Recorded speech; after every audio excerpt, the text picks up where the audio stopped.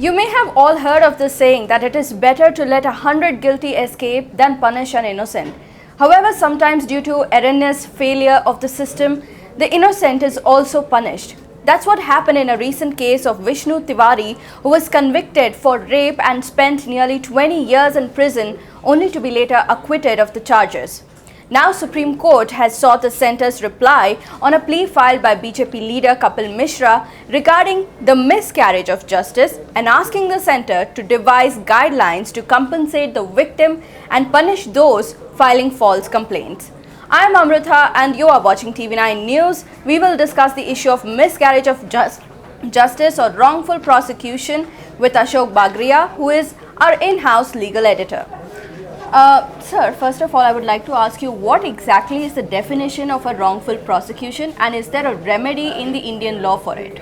Well, as far wrongful prosecution, as the term implies, it means that a person has been wrongfully implicated. So there is an innocent person who has been wrongfully implicated in a case by the police. Now, when we talk about prosecution, prosecution is generally started by the police and police actions are under the scanner. So any instance or any example where a policeman wrongfully implicates an innocent person by either planting evidence on him, destroying evidence in the case, or by implicating particular evidence on him, planting an evidence on him, or recording a statement which is patently false, all this which have a cumulative effect of implicating an innocent person wrongly. Now, this is exactly what wrongful prosecution means.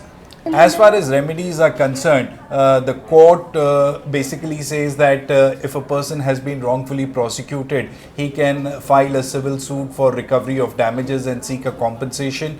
Besides that, there is a public law remedy whereby it's generally said that any person who is acting in his official capacity, the state is vicariously liable for the actions of that particular individual acting in his or her official capacity, and in such instances the liability will shift to the state to compensate the person who has been wrongly implicated or wrongfully prosecuted in a case. So how do you decide on the amount of compensation? Well, the issue of compensation is a very sticky and a prickly issue. In fact, in the past we have seen that the Supreme Court has in many instances held that there have been instances of wrongful prosecution and even wrongful convictions where the judicial officers have erred in applying the process of law and prosecuted a person wrongly. So there have been instances where the Supreme Court has said that people who have been wrongfully incarcerated should be compensated, and they have applied different yardsticks. In some cases they have awarded rupees 50,000 as compensation. But as you rightly pointed out, for a person who's been incarcerated or wrongfully held behind bars for 20 years, a measly sum of 50,000 rupees will not help him rehabilitate in his life. Yes, true. And also, what about punishing the state machinery, like, the police investigation as well, which has erred in this case? Well, when we talk of instances of wrongful prosecution and wrongful action on the part of police officers, there is a remedy in the Indian Penal Code and CRPC which says that public officials who have wrongfully misused their powers and wrongfully implicated a person in the case, they can be proceeded against, and the law says that if there is a final finding by a court of law that the public authority has wrongfully implicated a person, he or she can be put behind bars or a fine can be imposed on them. Alright, so coming back to Kapil Mishra's plea, it also mentions the implementation of Law Commission Report 277 on miscarriage of justice. Now, this particular report also states about the under trials who are facing incarceration and about justice to them, because in some of the cases they are also acquitted. So, should there be compensation for under trials also facing false charges?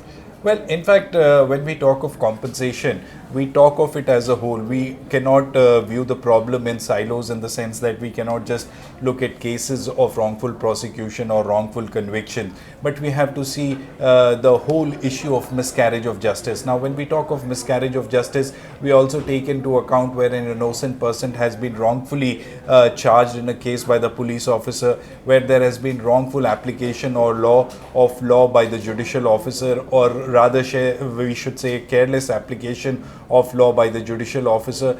And the third thing will be the longer periods of incarceration, where we have seen that in the recent past there have been numerous cases where under trials have been languishing in the prisons for almost a decade, and after when the cases are heard, it is found that they have been wrongfully prosecuted, or the conviction or is set aside, or they are acquitted. So in these instances also, where people who are innocent spend a substantial part of their lives behind bars, need to be compensated. There is a crying need to compensate these people for the pains and loss of dignity, loss of life and loss of liberty they have suffered at the hands of the state.